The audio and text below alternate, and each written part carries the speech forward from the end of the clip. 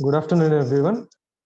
In the morning class, we have seen the first case of operation, which is below the base speed. So the operation of induction motor below the base speed, which is constant V by F ratio, making the flux constant. And now we will see the operation of induction motor above the base speed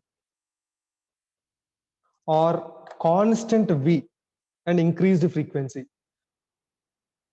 So in this case, we will keep the stator voltage constant, but the stator frequency is keep on increasing.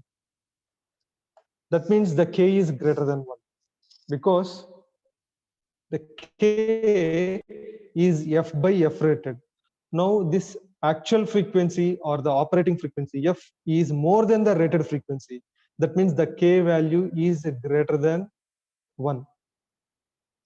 So in this condition, we will keep the voltage constant. Here the voltage is constant.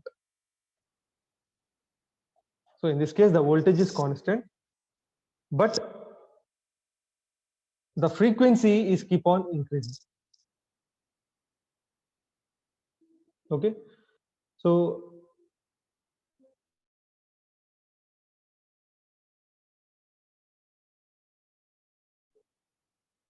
or than the rated value, then it will create a problem on the rotor part, or similarly the losses may increase, and it will also break down the insulation of the windings.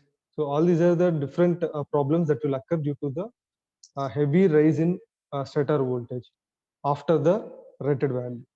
So the voltage is kept constant here for getting the case 2 operation, which is above the base speed. So only frequency is changed with stator voltage maintaining constant. And according to the equation 6.5, with V maintaining constant, maximum torque capability will decreases, because here frequency is increasing but V is keeping constant. So the total max or T max will get decreased, and it is a squaring term. So the maximum torque capability will decrease with increase in the frequency, or we can say with increase in the speed also, because frequency and speed both are proportional. If we increase the frequency, then the speed will also increase. From equation 6.5, it is very clearly seen that the T max is inversely proportional to the frequency. If the frequencies keep on increasing, then the torque capability of the induction motor will get reduced for the same speed. And these curves can be discussed in the torque speed characteristics with the motoring as well as the braking operations while maintaining the terminal voltage constant. Now you can see these are the torque speed constants. In the previous class also I have shown this figure. You can see this region is a second quadrant region, which means a regenerative or a braking region, where the torque is negative. From equation 6.5, if we get the torque value negative, then the motor is operating in braking region. Then we will get these type of speed torque characteristics. Similarly, if the torque is positive, then the machine is operating in the motoring action. Then we will get the first quadrant operation like this here.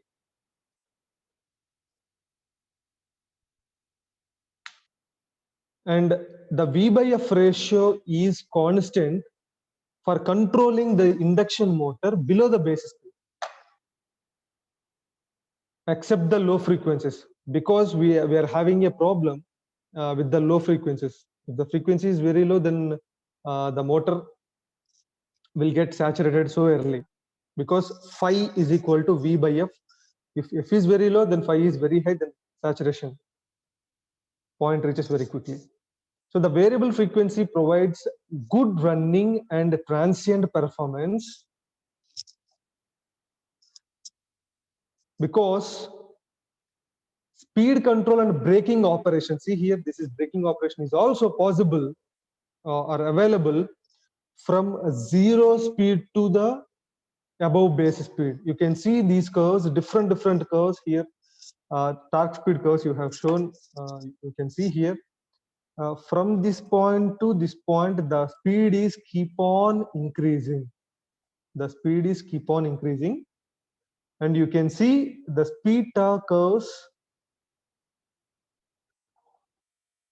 So from the minimum speed to the maximum speed, which means minimum speed means from 0 level at the point of starting level to the above the base speed also, we can get a braking operation. You can see for all the speeds we can achieve braking operation. Similarly, for all the speeds we can achieve motoring operation also.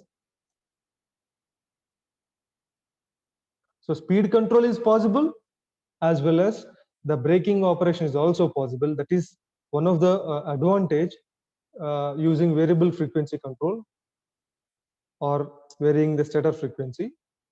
And the stability increases during the transient time. The operation can be carried out at the maximum torque with reduced current, because the torque is constant. So we can change the current. So with the minimal current, the torque, the maximum torque can be produced, so that we can achieve good dynamic response or good transient response. So that means simply the system will be very much stable when we are going to control with the variable frequency. The drop in speed from no load to full load is also very small. So no load to full load means when the motor is operating under maximum load to the no load condition. No load means the motor is free to run. There is no load, which means the torque is 0. So from maximum load to 0 load condition, the speed change, the change in speed is very low. That is also one of the advantage with the variable frequency control.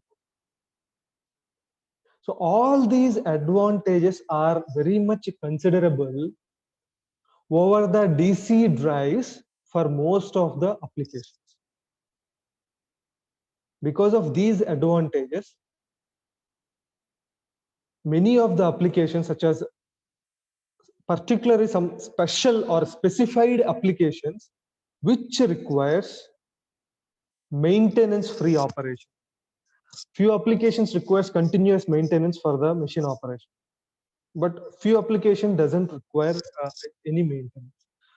Those type of applications, such as underground operation, underwater installations, because let's see, in our house we can see a induction motor which is merged in the bore.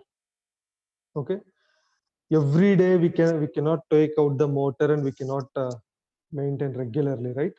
So in those type of applications, this variable frequency operation will be more advantageous, like underground, underwater installations and explosive type of environments or contaminated type of environments like mines, chemical industries. So all these are the specified applications where the variable frequency control is very much effective, and which becomes the natural choice for the engineers to choose, which means over the DC motors. Okay, and not only these, the variable frequency induction motor drives can also have different applications, like use that in traction, mills, pumps, fans, blowers, compressors, conveyors, machine tools. Now all these are the different applications that the control of the variable frequency control of induction motor can have. Because of these advantages, very good dynamic response, which means under transient conditions the system performs very good. This is because of minimizing the current. And no load to the full load, the speed drop is very low, and also it can operate in braking condition at very low speeds also. You can see here the speeds are very low here, and here the speeds are very high. So below if this is the rated or base speed, and below the base speeds we can achieve motoring and generating actions. After the base speed or above the base speed also we can achieve both motoring and generating actions. And similarly, you can see this curve. This curve represents the VF relation, which is voltage frequency relation. This voltage frequency relation also describes the control of induction motor. You can see this part. In this part, the frequency is very low, which is below the base frequency. This point is 50 hertz, let us say, which means our base frequency or rated frequency. So below the rated frequency, you can see the voltage. The voltage is also linearly controlled. This is linear relationship. Linearly controlled or increased with respect to the frequency. So this red color region indicates the constant flux region. Here the flux is maintained constant in order to avoid the saturation. So this is our first mode of operation, which is our case 1. You can say case 1. Coming to the case 2 operation, in case 2 operation you can see the stator voltage is kept constant at the rated value. This is the rated voltage value, which is kept constant here. But the frequency is keep on increasing, so that the speed of the machine will also increase above the base speed. So case 2 operation. Here the voltage is kept constant. You can see the voltage line is constant. Voltage is constant. It is not increasing. It is constant at a point, but the frequency is increasing to its above the base frequency value. So this first region represents the case 1, second region represents the case 2 mode of operation. Where case 2 mode of operation, the K is greater than 1, and for case 1 mode of operation, the K is less than 1. So because of the unique features that is having with the stator control of induction motor, most of the applications where the maintenance, regular maintenance is not required there, these motors are very much helpful. But how to regulate this frequency? Now we have seen the speed torque characteristics for different frequencies.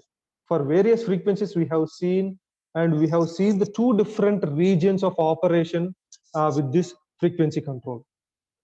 Then how we can control this frequency along with the voltage? We need to control the voltage up to the base or the rated frequency value. After that we need to control the frequency also. So how these 2 cases, or how the stator frequency control of induction motor can be achieved with the help of power converters or power electronic devices. For that we have different circuits, but in the syllabus we have only 3 concepts. I'll show you. You can see here variable frequency control of induction motor with the help of voltage source and current source inverters. So we need to operate, or we need to regulate the frequency using voltage source inverter as well as the current source inverter, and cycloconverters. Cycloconverters we know, and PWM control. This PWM control is can be achieved with the inverter modeling. So the voltage source inverter, next topic we will see the voltage source inverter with the square waveform as well as with the PWM control. And after that we will see the current source inverter, cycloconverters and all. So these are the given circuits in our syllabus. So we will see the voltage source control fed induction motor drive, similarly current source inverter fed induction motor drive, and cycloconverters fed induction motor drive. Okay, and we know that the inverter circuit is very much helpful to regulate both the voltage as well as the frequency, right? So variable frequency and variable voltage can be achieved with the help of voltage source inverter or the cycloconverter also. We have seen that in PE lab, power electronics lab, as well as in the power electronics subject. So we can achieve variable voltage as well as variable frequency. Now let's see the first concept in order to control the voltage as well as the frequency with the help of voltage source inverter, which is simply known as VSI, fed induction motor drive. And you can see here, this is a circuit diagram of voltage source inverter fed induction motor drive. And you can observe here, each switch is a transistor.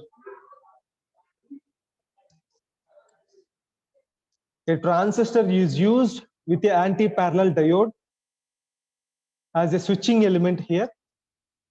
Generally, power transistors, let's call these switches as power transistors. These power transistors generally used for high power induction motor drives. For low and medium power induction motor drives, generally we use thyristors, MOSFETs, IGBTs. Okay, so these transistor-based induction motor drives are used for high power applications. Now you know the concept of inverter, three-phase inverter. You can see a three-phase induction motor is considered here.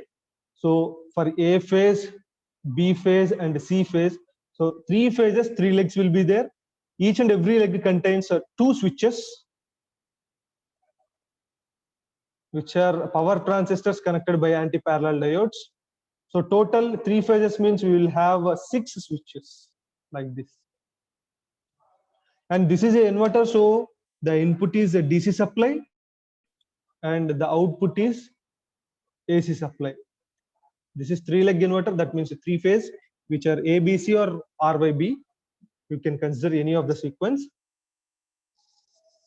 So this is the basic circuit diagram of voltage source inverter fed induction motor drive. And any other self-commutated device can be used here as a switching element instead of these transistors. Just now I have told you for low and medium power applications, you can use IGBTs as well as MOSFETs like that. Okay.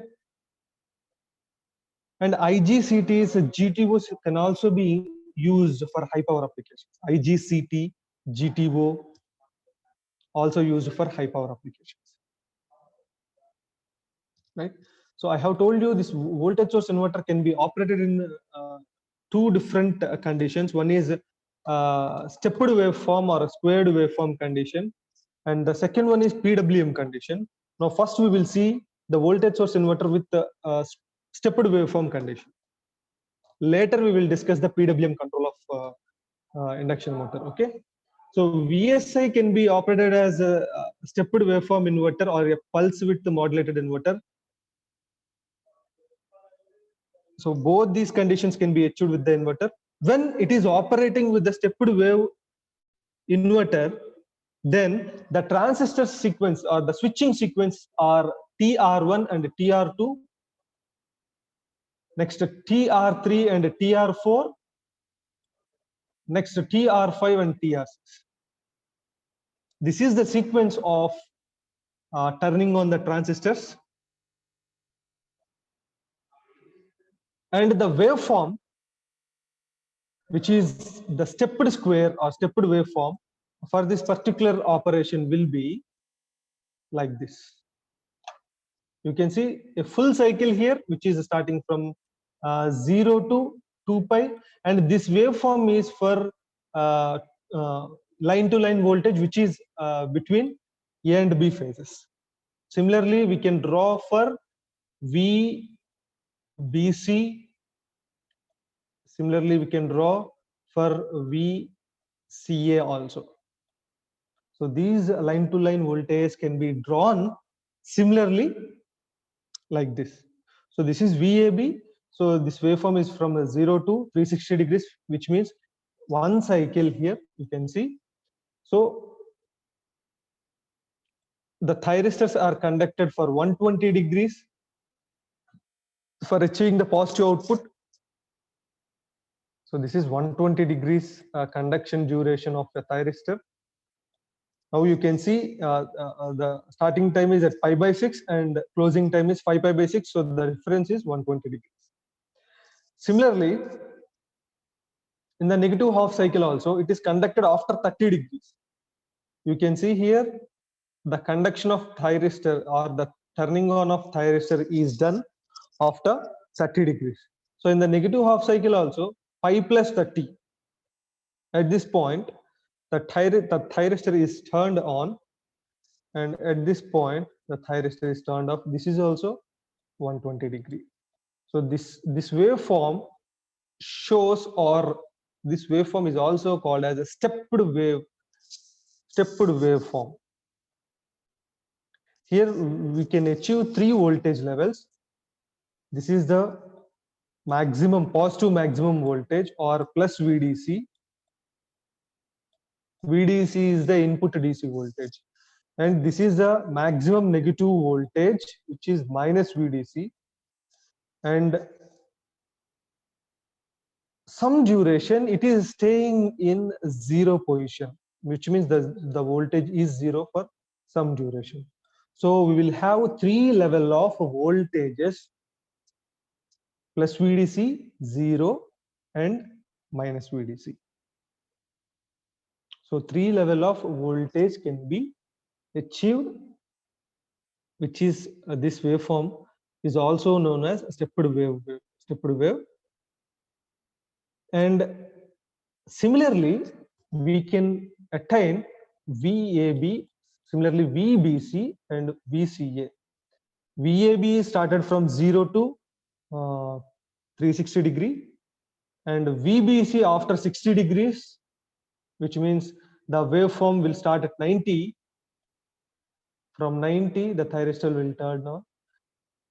And similarly, VCA starts at 120. That means 120 plus 30, 150. At 150, it will turn on. So like this, those 3 line-to-line voltage can be attained.